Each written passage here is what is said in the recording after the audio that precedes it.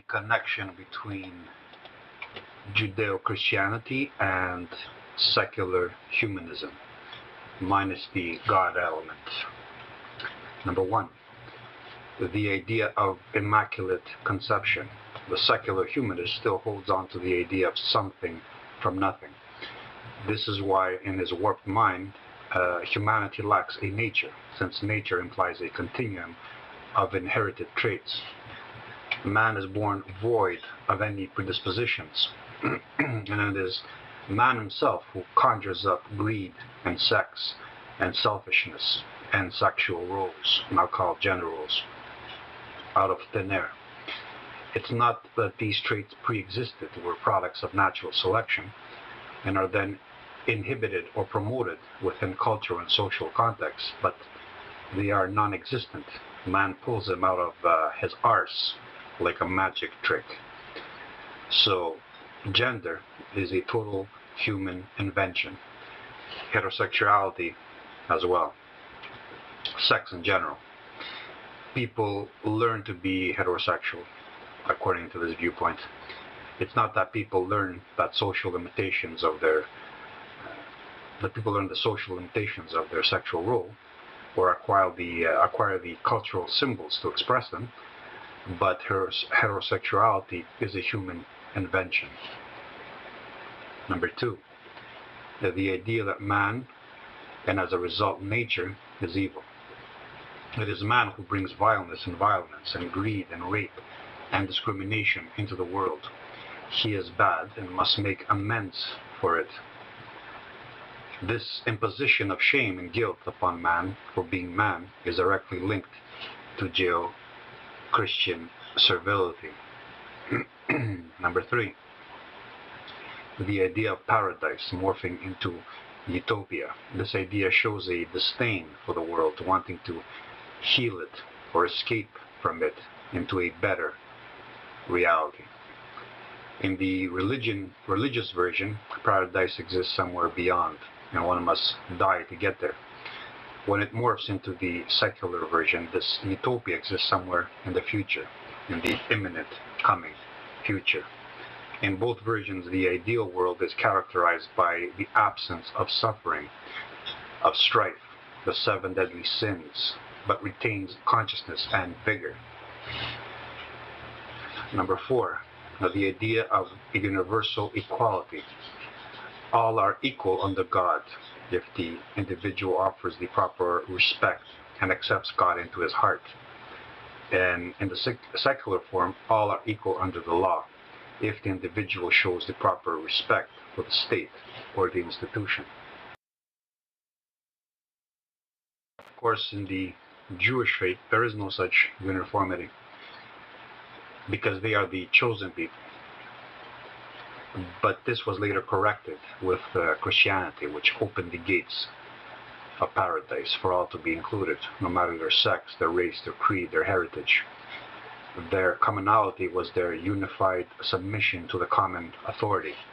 In both cases, the only form of distinction was in reference to servitude and loyalty to the authority, to the idea or ideal.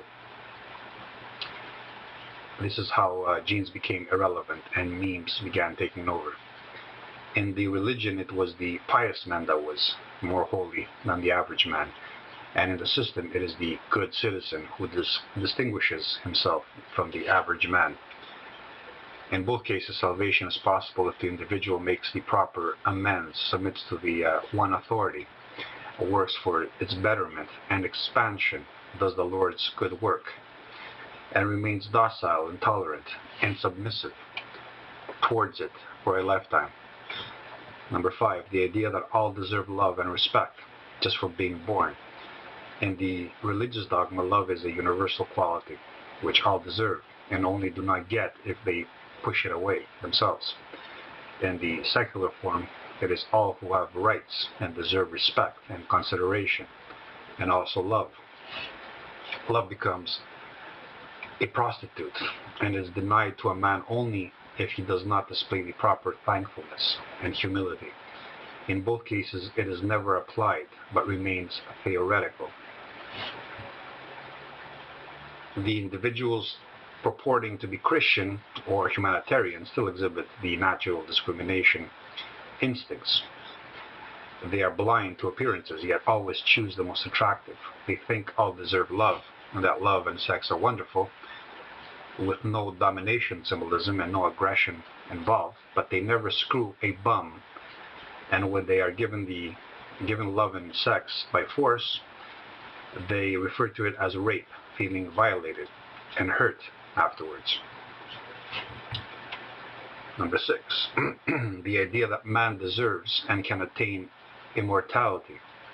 In both the religious and the secular form, this immortality is attainable via another will, or an otherness, or an abstraction. In the religion, this otherness is God. In the secular ideology, this abstraction is the state, or the nation, or the idea of man, the ideal man. Number 7, the idea that nature is bad and the idealized, cleansed, the Platonic idea of nature being worshipped as good. In the religion, nature is ruined by man's curiosity. He is cast out of pure nature, and he ruins it for himself. In the secular form, man ruins nature with his meddling, with his curiosity, with his techniques and technologies. In both cases, man can return to this authentic past by making the proper amends and offering the proper sacrifices. Then man can go back to living in a world with no violence, no hunger, no greed, no selfishness, no gender, no ego. Number 8, the idea that ego and pride are evil. In this case, the self, the ego, and anything associated with it, and its self-sufficiency is slandered so as to make it possible for the many to be as one. The many selves united into one self, God in other words, within which the many selves lose all relevance, are expendable, and they can't be distinguished as individuals. Number 9, the idea that the world, reality, is fake, an illusion, borrowed from the East. This idea is an intermediate stage, a testing ground before the more real reality, or the better, the more perfect world is finally reached. Secular humanism has become a fetish for the modern nihilist. I do not use the term fetish here as they do, a defensive, preemptive, accusatory label meant to degrade without reasoning, but only emoting, but I use it in its original form and clearly. My intent is to unclothe this term from all its modernistic, pseudo-intellectual garments and expose it to the light of day to find the aletheia in it. The term humanity or humanism refers to the word human, which in turn refers to a sexual species type. A species type is a sexually produced and defined type. Any other definition given must be justified and be clear of all mystical, magical insinuations. No sex, no human. To explore what this means to be human is to explore the sexuality of the species produced by these sexual practices. The term male-female are not arbitrary concepts, but terms referring to subcategories of the category human, which clarify what the original category means. Erase these subcategories and you degrade the category. You cloud it and mystery unless you offer a different definition of the term. If you offer a different definition of the term human, you must justify it, keep it free from allusions to what is imperceptible, and more importantly, you must explain how this is not an artificial definition, given that the definition of human as a sexual species type is rooted in nature and evolution and the essentially perceptible. Now for the common modern nihilist, any sexual allusion is used to degrade and dismiss an opinion, or it offers a veiled warning regarding sexual promise and sexual potential. remain true or remain outside the collective, be excluded from the genetic pool. This is a sexual threat, a feminine sexual threat. In this case, we return to the term fetish. We return it to its original dictionary meaning. And I read from this online dictionary. Fetish, noun. First definition, an object regarded with awe as being the embodiment of habitation of a potent spirit, or as having magical potency. Number two, second definition, any object, idea, etc., eliciting unquestioning reverence, respect, or devotion, to make a fetish of high grades. Number three, psychology, any object or non-genital part of the body that causes a habitual erotic response or fixation. End quote. The fixation of modern variants of Judeo-Christian nihilism with the concept, the idea, the possibility of humanity is not only obvious, but you can only open the television to hear it being used repeatedly as an all-encompassing salve, a prayer promising all sorts of magical solutions and escapes. The binding element being used is not reason, but an emotion, love. Love is what explains and justifies without having to explain and justify. One simply feels it. Through an act of verbal conceptual alchemy, the term is purified by eliminating all biological, natural, primal, earthly qualities. Sex, in other words, is filtered out of the remaining, now divine concoction, and what is left is a magical potion which can offer any mind what it needs. Humanity, the plural form of human, is reified, reduced down to its most uniform, unifying, purified form, its divine form. All that was real in it is vaporized, leaving behind the ethereal essence of a magical power. Devotion to it is the way the sexual element is taken out of the idea and placed on the worshipper. God, the Christian version, is this purified form of human. Human is the secularization of this Judeo-Christian God. A secularization, a purifying, leaving behind only the divine, including now the word human. When we say humane, as in treat him humanely, what we mean is in adherence to a Judeo-Christian moral standard. Sexless, raceless, with no past, no blood, no nature, the word human becomes mystical. The worshippers are now totally associated with the term, whereas God in the Christian sense was to be submitted to, hoping to sit beside him.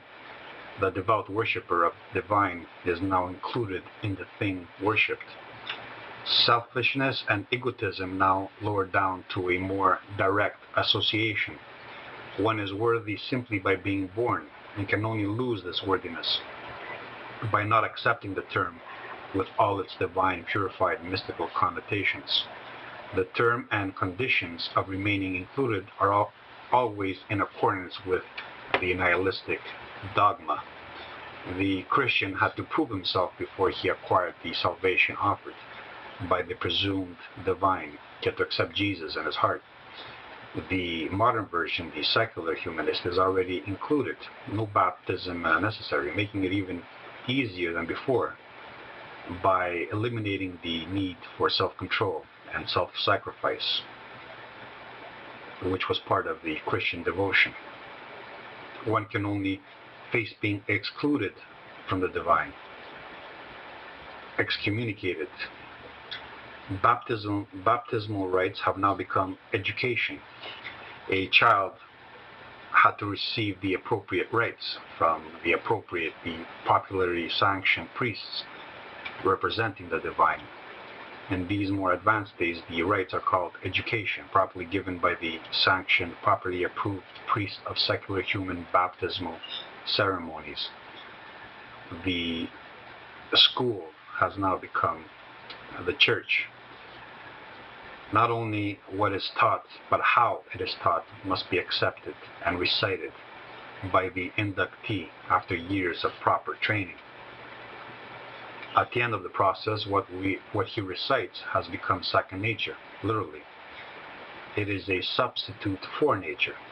The official narrative is the pure, authentic, reliable, holy word, and the teachers, the secular humanist version of the priesthood, are the conduits of Holy Scripture, even if they themselves fail to be entirely holy and pure themselves. This is what I mean by we live in an age where the people are by the book, people of the word, the code, in other words.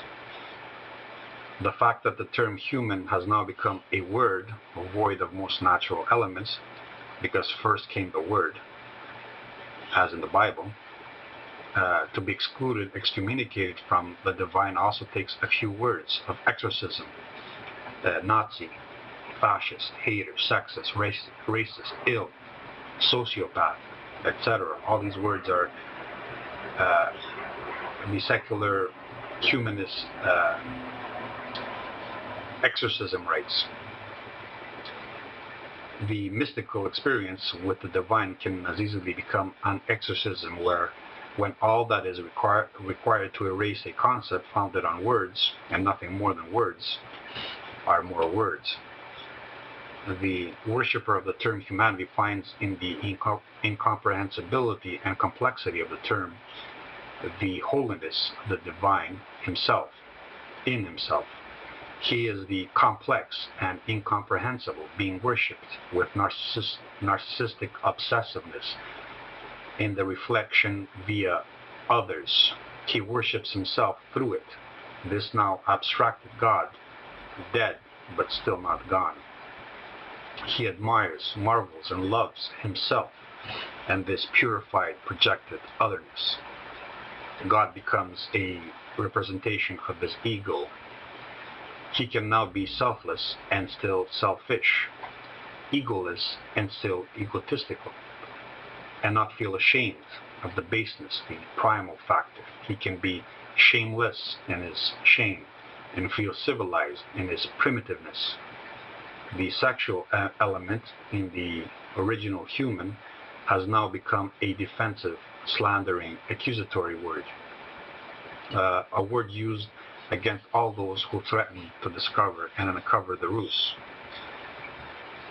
It is the other who is primitive and obsessed with sex when he tries to uncover the primitive and sexual in the ones claiming to be worshippers of the pure, the virginal, the platonic, and the divine, and the supernatural. It is the one who threatens to uncover the hate beneath the proclamations of love, who is the hater. It is the one who threatens to uncover the illness, the sexual redirection, the dysfunction, the duplicity, who must be disarmed by accusing him first of the very things he is threatening to disclose. The worshipper of the purified form of self is now quick to assault the other with what he feels he may be exposed as, particularly exposed to himself. The other is the unholy, the satanic, and the secular humanist's conception of evil. An evil which now is given a scientific note by calling it ill or some other psychological title. Sex is now turned into an illness and morphs into a fetish with the concept, the word, human. It is not the reality of humanity which is obsessed over, but its idealized, abstracted form. The secular humanist does not love humanity per se, no more than he loves himself, but he loves the cleanse of all reality projection of humanity, the idea of humanity he wishes were true, or which will come true in some distant, technologically advanced, imminent utopian future. The rejection of the sexual element in human and the term human now turns into an accusation, a sin, to defend oneself from the overcome evilness, and a fetish, a secret longing, an inner sexual need being denied expression. The sexual humanist becomes obsessed with the idea of humanity. Eros directs itself to the pure, virginal, idealistic part, while the animal, earthly, natural part is relieved with this obsession with the abstract. Humanity, now sexless, can only be loved platonically. The repression results in sexual dysfunction, in redirection, exaggerated libidinal energies, in an inner psychic schism, in a constant repetitive disillusionment, dissatisfaction with the real.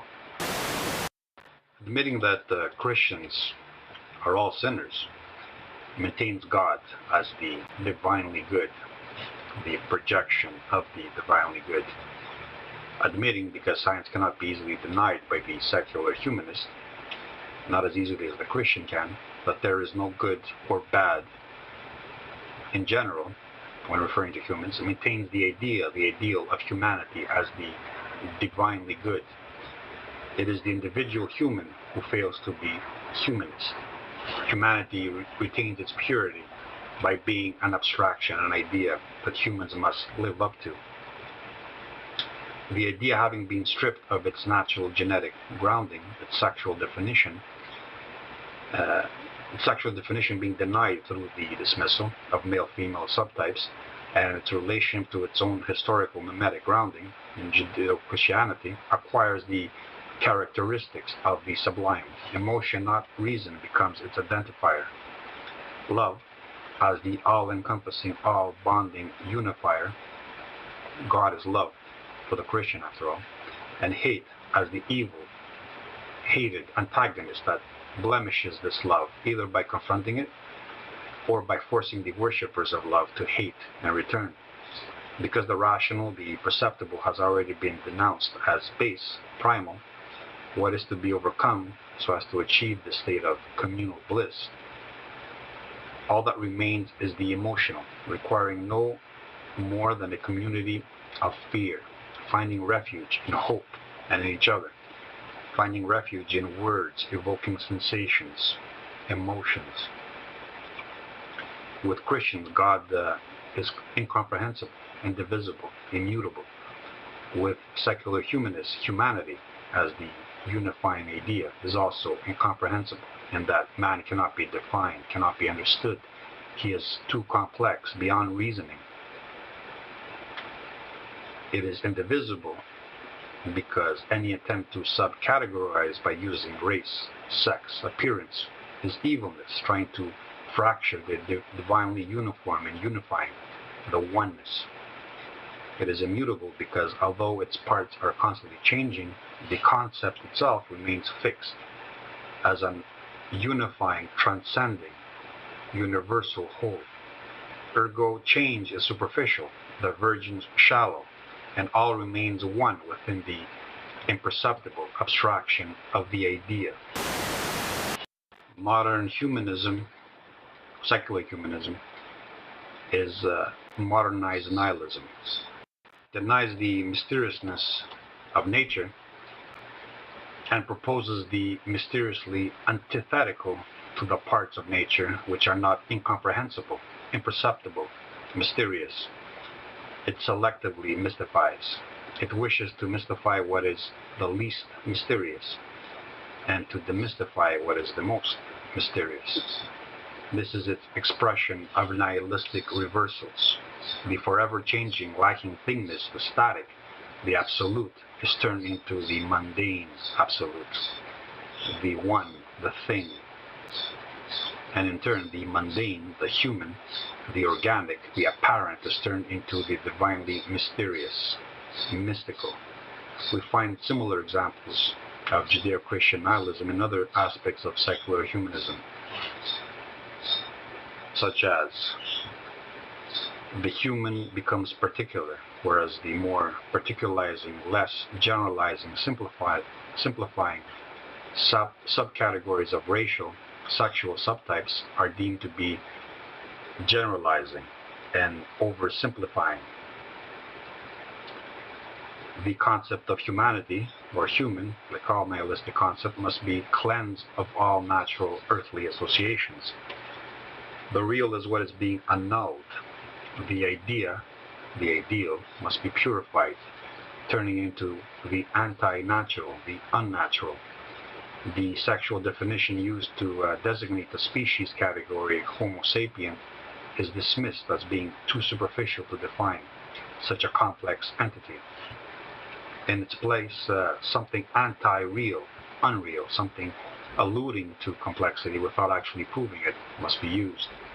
As with Christianity, a baptismal rite, a ritual cleansing of the organism of all of its naturalness, is used to purify it and return it to its authentic, quote-unquote, essence. The real is now the false, and the new definition, the implied and presumed, is the authentic, the more real reality. The superficiality of the category human is not considered, but the apparent superficiality of all subcategories is central in dismissing their relevance. The desired goal remains unblemished, unquestioned, but its parts are full of indiscretions. The Christian is a sinner, Christianity is holy.